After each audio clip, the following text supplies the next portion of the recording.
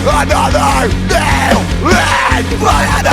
nail in my coffin. Hey everybody, it's me, your friendly neighborhood Uncle Pete, and this is my series, Nails in a Coffin, where we learn that with great kills, there must also come great nails. Welcome back to my channel, or welcome to my channel. We're getting further and further into the Puppet Master franchise, and this week we're discussing Puppet Master Axis of Evil, which is a first-time watch for me, and all the films that come out after this movie are also a first-time watch. Here's a look at the average nails in a coffin for all the movies I've covered so far. And you can see currently that Curse of Puppet Master still has the lowest average with 1 nail, and Retro Puppet Master still has the highest with 1.95 nails in the coffin. If you watched last week's episode, you know I no longer have a Green Goblin problem. This little guy came through for me. He's my new little buddy, and he promised to keep an eye out for me till I finish covering all these movies. We are nailing Puppet Master Axis of Evil this week, and the continuities of all these movies is really confusing. It's a confusing continuity within the franchise. But the next 3 movies, Axis of Evil, Axis Rising, and Axis Termination, all take place right after the events of the original Puppet Master. The movie begins at Bodega Bay Inn in 1939, where Andre Toulon is staying. Danny, who's working in the inn, he's making some wooden chairs for a wedding that's being held at the inn, which his Uncle Len owns. Danny really wishes he didn't have this limp from the result of polio because he really wants to go fight in the war. Later on the day, he hears a gunshot come from Andre's room, and this is when he unalived himself before the 2 men in black entered the room. After Danny hears the noise, he goes to investigate it, and he sees the 2 men, Max and Klaus, leaving the room, and they knock him down. He gets knocked down, and he actually gets a good look at Max. After the 2 men in black leave, he enters the room. He finds Toulon dead with the gun in his hand.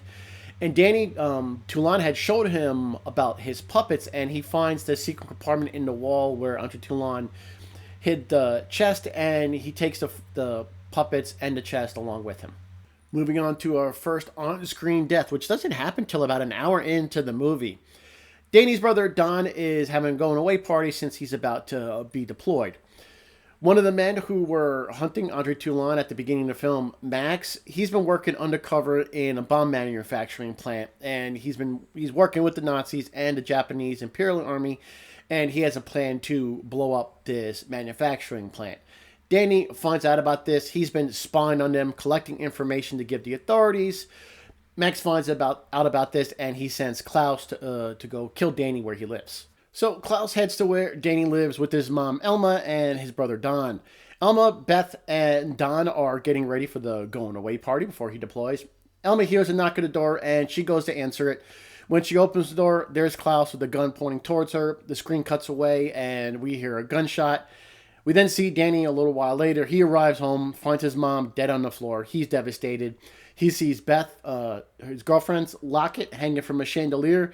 And then Danny finds Don clinging to life, laying on the ground. He was also shot by Klaus.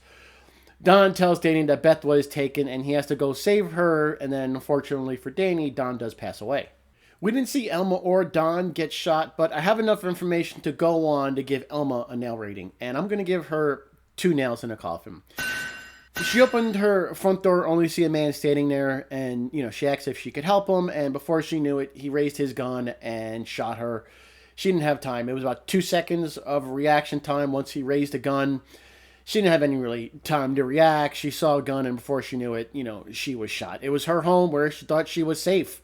Elma wasn't given much of a chance here, and all she really could have done was slam the door, but she probably would have gotten killed anyway since he had a gun. Wasn't given much of a chance here, so I'm going to go down the middle and give her 2 nails in the coffin. Now, I can't give a nail rating to Don since we didn't see anything what happened to him in the apartment after Klaus shot Emma.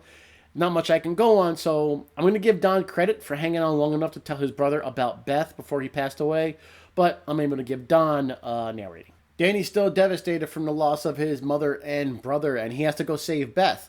But he does take some of Andre Toulon's secret formula, and he mixes it with Don's blood.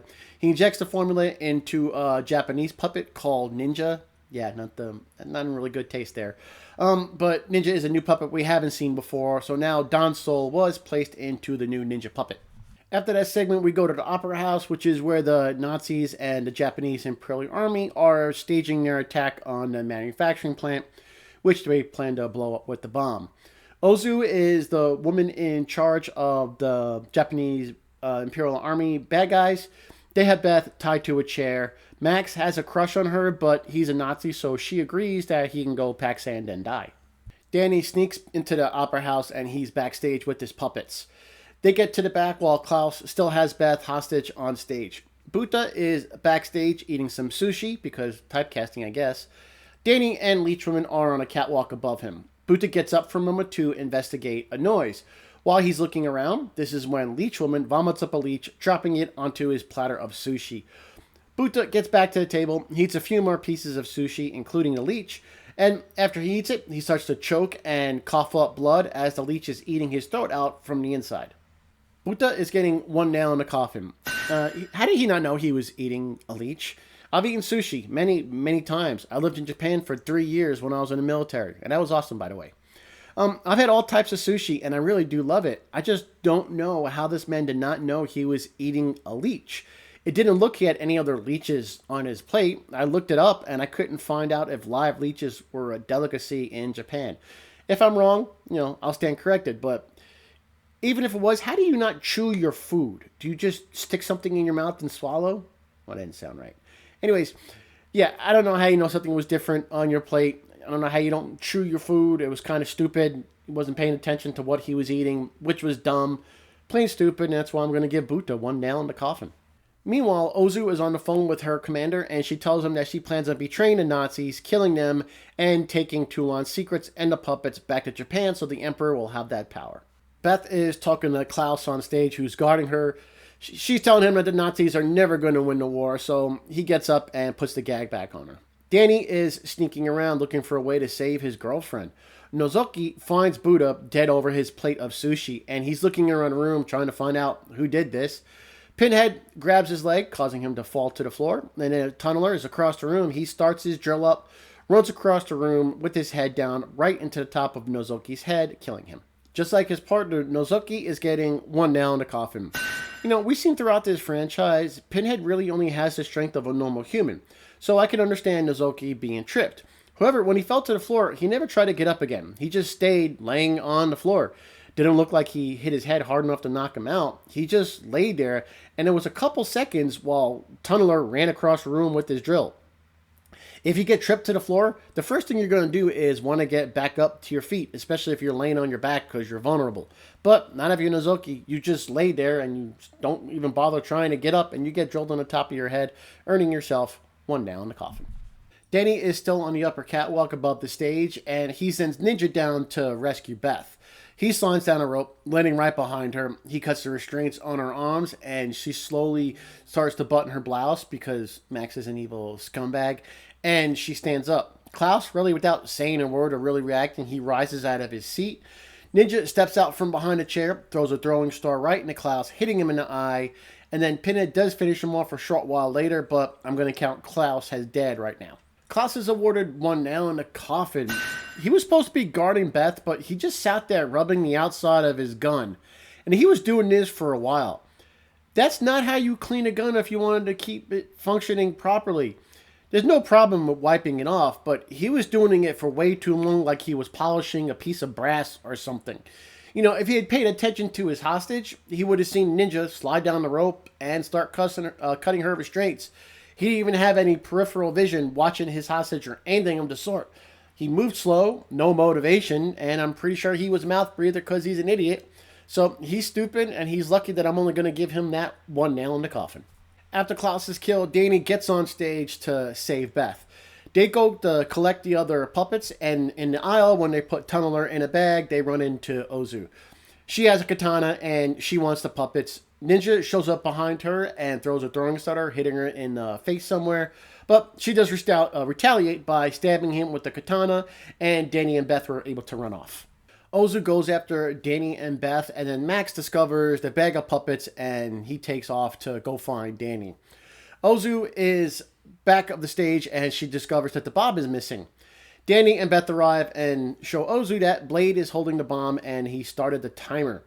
Ozu and Danny are going back and forth, talking back and forth, while Ninja is getting up for his stab wound. Klaus is starting to move because he wasn't quite dead just yet, but Here's Pinhead to smash him on the head with the statue, killing him for good. Max shows up and he disarms the bomb. Max is threatening Danny, telling him all the things he's going to do to Beth and him if he doesn't give up the secret formula. Max also betrayed Ozu, making her drop her sword, so, no honor among thieves, I guess. While he's grandstanding, Ninja made his way behind Max, and he picks up the sword that Max made Katana drop. Ninja takes that katana, kills Max by stabbing him in the back. Max drops the bag with the puppets, which Ozu grabs, and then she runs off. And after Ninja was able to kill Max, Ninja does pass away from his wounds, and Danny vows to get the puppets back. The final death in Puppet Master Axis of Evil was Max, and this loser earned himself one nail in the coffin. First, he betrayed Ozu, and he made her drop the sword, giving Ninja a weapon. He also did what the majority of villains do in movies that result in their downfall. They grandstand and just want to talk and talk. They want to talk crap about how awesome they are and how great their plan is and how it's all going to work. I think the villain monologue is one of the top reasons that the main antagonist gets killed in a movie. He didn't pay attention to anything going around him. He wasted too much time. Not much else to say about this crap bag other than he is going to get one nail in the coffin. There we go, ladies and gentlemen. Those are all my nails in the coffin for Puppet Master Axis of Evil. Here's a summary of all the nails I've awarded. Here's the average nails in a coffin for all the movies I've covered so far. Curse of Puppet Master is still leading with the lowest average of one nail in a coffin, and Retro Puppet Master still has the highest average with 1.95 nails in the coffin. The Puppet MVP for this week is Leech Woman. This is the first MVP award for Nails in a Coffin, and the reason I'm giving it to her is because she's the only one who had an unassisted kill by a puppet in this movie. It took Tunneler and Pinhead to kill Nozuki. Max was only killed because he made dumb decisions by dropping making Ozu drop her sword, and he was just busy being stupid. So I was close to giving it to Ninja, but I feel comfortable giving it to Leech Woman because I haven't given her one yet, and she is one of the OG puppets. So, Leech Woman, you are this week's MVP. Thanks again for watching, everybody. I hope you enjoyed this video, and I'll see you here next week when I cover Puppet Master Axis Rising. A direct sequel to this movie. We have to find out what Ozu is doing with those puppets, and will Danny get them back? We'll find that out next week. So, yeah, the rest of these movies are all first-time watch, and I'm pretty excited about it. I don't know how well they're going to do, but you will take that journey along with me. And I'll see you here next week when we nail Puppet Master Axis Rising. Take care, everybody. Stay safe, stay happy, be good to each other. I am your friendly neighborhood Uncle Pete, and remember, with great kills, there must also come great nails. Another nail, and another